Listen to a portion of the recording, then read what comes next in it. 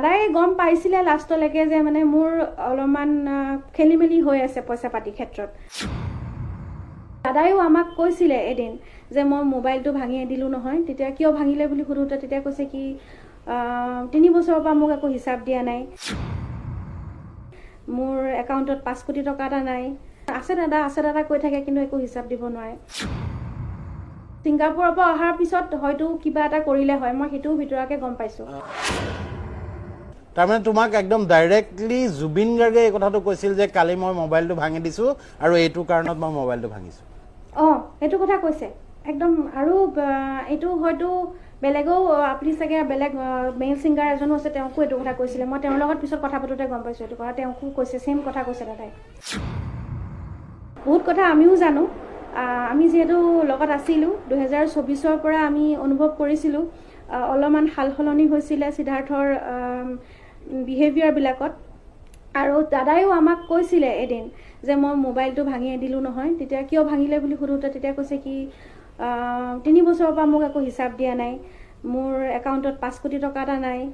তেতিয়া মই কৈছিলোঁ, তেতিয়া আপুনি সোধোতে সি কি কয়? সি কয় নাজানে, সি আছে দাদা কৈ থাকে কিন্তু একো হিচাপ দিব নোৱাৰে। সেই কথাটো পে'মেণ্টক লৈ পেলাই ওলাওঁতে মানে কৈছিলে, মানে মেইল ছিংগাৰৰ পে'মেণ্ট দিয়া নাছিলে, সেইটো কথা ইছ্যুটো লৈ পেলাই কোৱা হৈছিল। মানে এনেকুৱা দাদাই গম পাইছিলে লাষ্টলৈকে যে মানে মোৰ অলপমান খেলি মেলি হৈ আছে পইচা পাতি ক্ষেত্ৰত। কাৰণ কি তেওঁ নিজে যিহেতু হেণ্ডেল কৰা নাছিলে, গৰিমা বৌও নাজানিছিলে, একো দাদাও নাজানিছিলে। সোঁহাত সিদ্ধাৰ্থ হয় যেতিয়া তেওঁকে বিশ্বাস কৰি মানে গোটেইখিনি দি দিছিলে তেওঁক চাবলৈ। সেইকাৰণে হয়তো সেই সুযোগটো লৈ পেলাই তেওঁ ইমান খেলি মেলিখিনি কৰিলে। আৰু দাদাই লাষ্টলৈ যিহেতু গম পাইছিলে, মোৰ অনুভৱ সেই গম পোৱা লাষ্টলৈ এনেকুৱা অনুভৱ হৈছিলে, দাদাই যদি কেতিয়াবা খায়, সকলোৱে জানে এইটো কথা, দাদাই অকণমান খায়।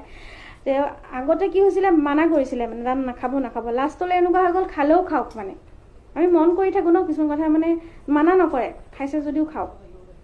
তো এইবিলাক কথা আমি দেখি আছিলোঁ। আৰু মানে দাদা যে গম পাইছিলে এইটো খাটাং।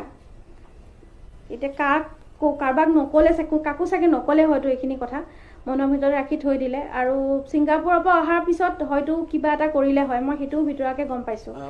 মানে দাদাই কৈছিলে কাৰোবাক যে মানে ছিংগাপুৰৰ পৰা অহাৰ পিছত শতাব্দী, আপুনি যদি মোক শুনি আছে, মই মৃগাংক শইকীয়া। মই আপোনাৰ পৰা জানিব খুজিম, আপুনি এটা গুৰুত্বপূৰ্ণ কথা কৈছে আৰু এই কথাটো খগেন দাই উল্লেখ কৰিছে আৰু বিভিন্ন সময়ত আমি এই কথাটো শুনিছোঁ।